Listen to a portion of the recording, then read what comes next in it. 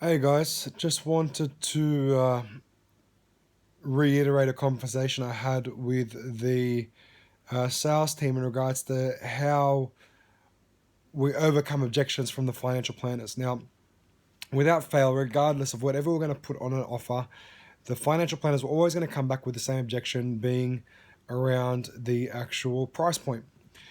The first thing they're going to stipulate is that the split is too expensive. By the time we do our work, half of our profits are away. So I want to basically empower you guys with the knowledge of what they're saying and how it's horse shit, and how to overcome it. Obviously, you're going to use your own skills in the conversation to justify the price point. Step one,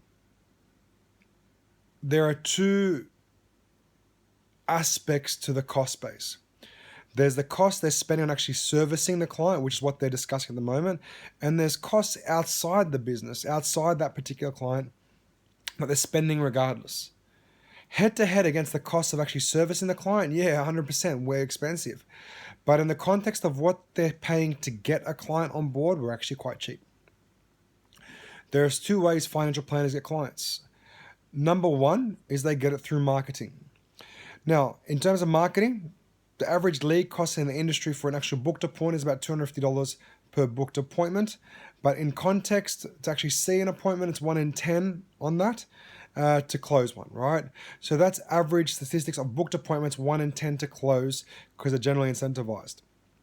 If they're doing their own marketing, something like Co-Reg, AdWords, what have you, their general cost base per lead or inquiry is about $30 an inquiry. By the time it goes through the bullshit detector, they're out spending about $1,000 to $2,000 on average per meeting to get a close. So essentially the planners are going out there to all these clients, they're sorting through all the rubbish leads to get to the good leads, and they will often tell you that I close 100% of the time. We all know that's bullshit, right? They're only closing 100% of the times of the clients they go out to. So the clients they don't go out to, the ones they push back, they're still paying for that lead. Alternatively, the ones who go out and don't close all the time are also incurring expense in terms of labor. Now, if you ask me what my biggest expense was at NFA, it was reschedules and no-shows, right? If I've got a resource at night time, whose job it is to see a client, and the client's not available, then I'm wasting my staff resource. So ask the planner, Mr. Planner, how many times have you gone out to a client's apartment and either A, they will ask you to reschedule a few hours before you're about to leave, or B, even worse so, you get all the way over there and they're asking you what's the best interest rate you can do, right? The thing is, in financial planning in particular, it's not just the client that needs you, that is your client, because a client could need you but still not want you. We go against a whole bunch of reasons why clients don't want us.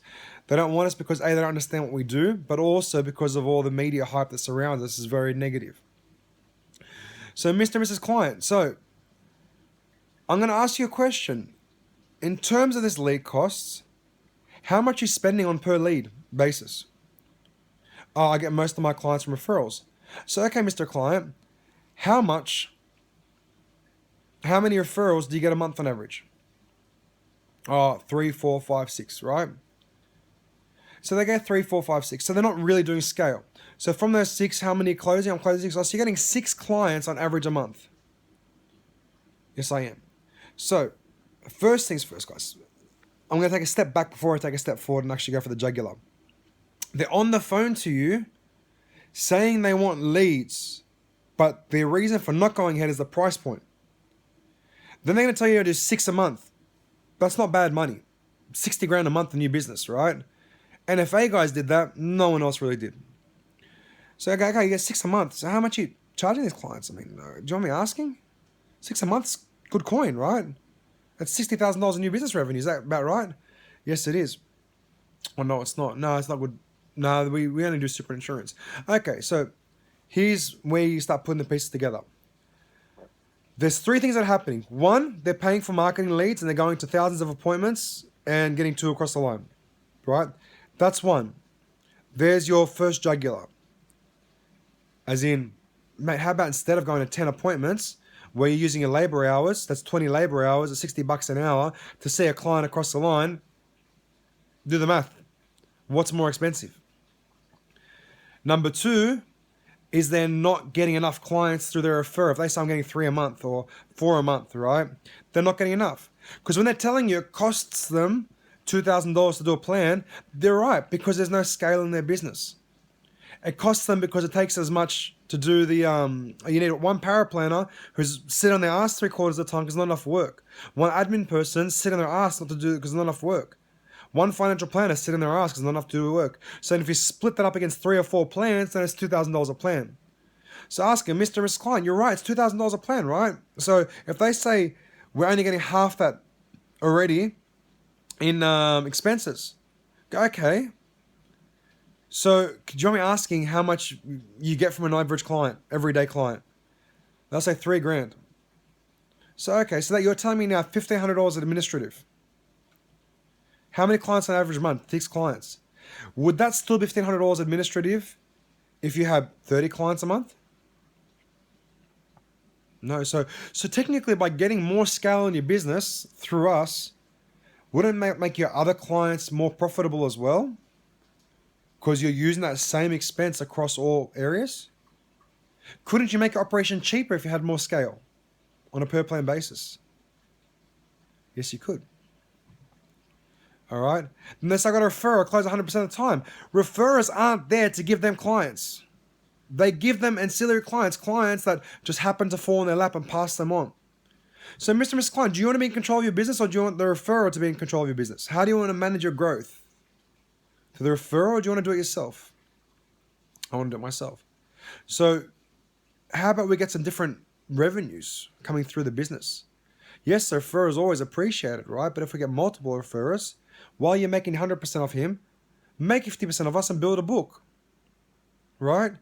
And then, so there's your 3 cost-based people for getting the client and also reducing the overhead. What's also important to note, guys, is you have to compare it against the market. So, okay, these clients, we're giving you as many clients as humanly possible as you can physically tolerate for $800 a month retainer and 50% up front. But can I just reverse it for you, Mr. Planner? What if I were to give you a client register of 20 clients, right? Let's say they have $2,200 recurring revenue. It's a $44,000 register, isn't it, Mr. Client? So you'd pay about 2.5 times for that, right? It's a lot of money because you pay 2.5 times multiple on recurring revenue. How much work would you have to go through after you've got that acquisition? You have to go through the first initial meetings, you have to go through your due diligence process, you have to go through the finance process, you have to do all that sort of stuff. This is a month's worth of work. It's landing on your lap. The clients are twice as secure because you're seeing them as the first point of reference. You're maintaining them, you're signing them on, and you get that register for free. It's yours.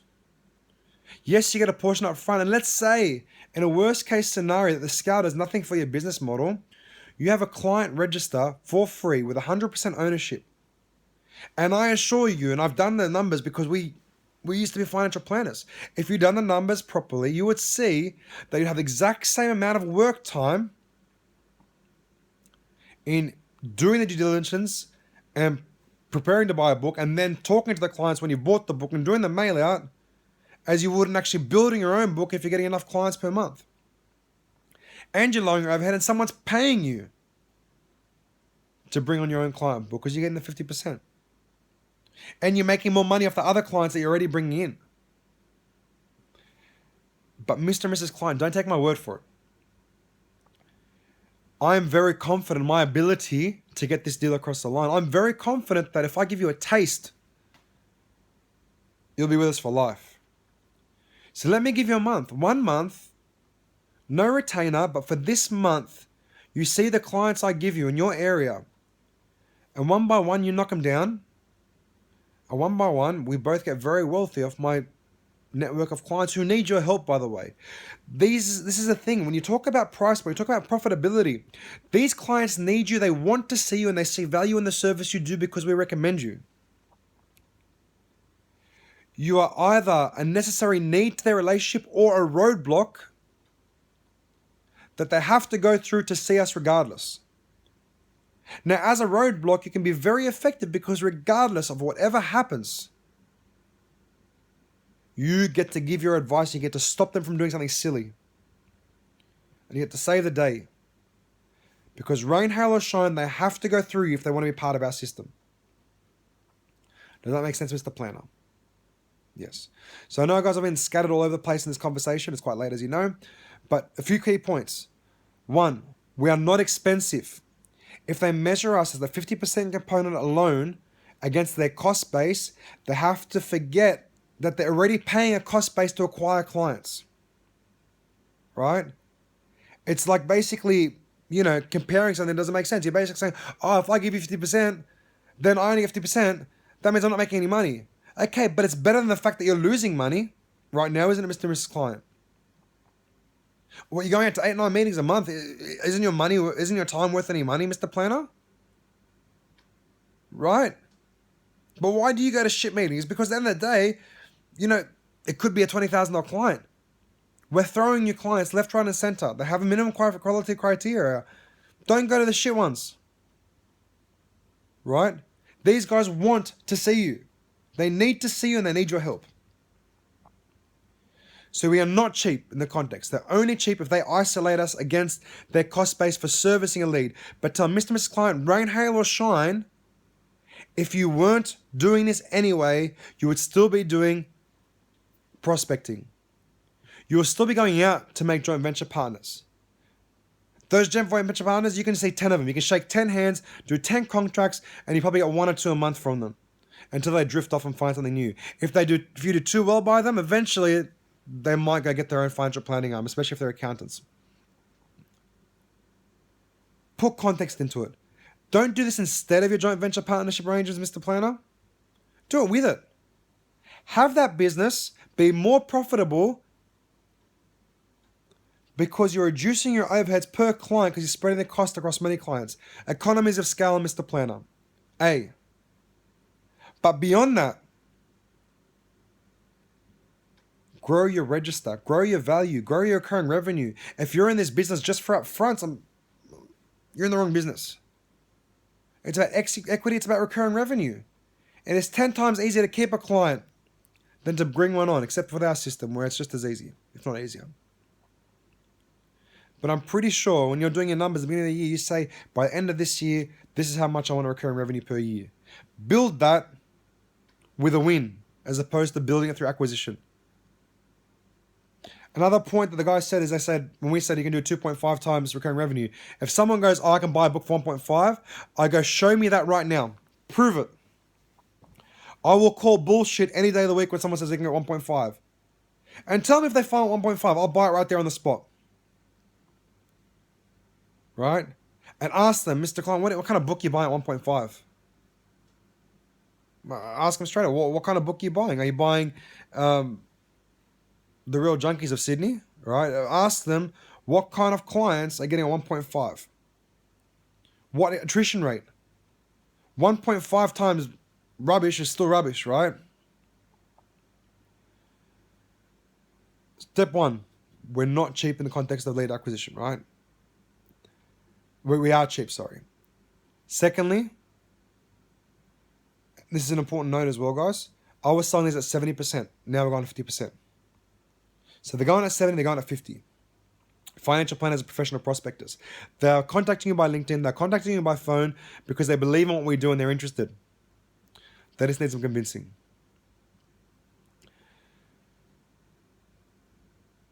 I forget the other dot points, but we'll get through them quickly. All right. Number 3, economies of scale. Yes, we're cheap, but also we can make the ongoing service cheaper. If they're saying, hey, it costs too much. No, it doesn't cost too much. We can make it cheaper by giving you more clients. That's what makes things cheaper in financial planning. All right. And lastly, guys, go for the jugular and tell them, I'm confident in what I do. Let's go a month. Give me a month to demonstrate our capacity. Let me shower you with clients. What's your worst case scenario out of this?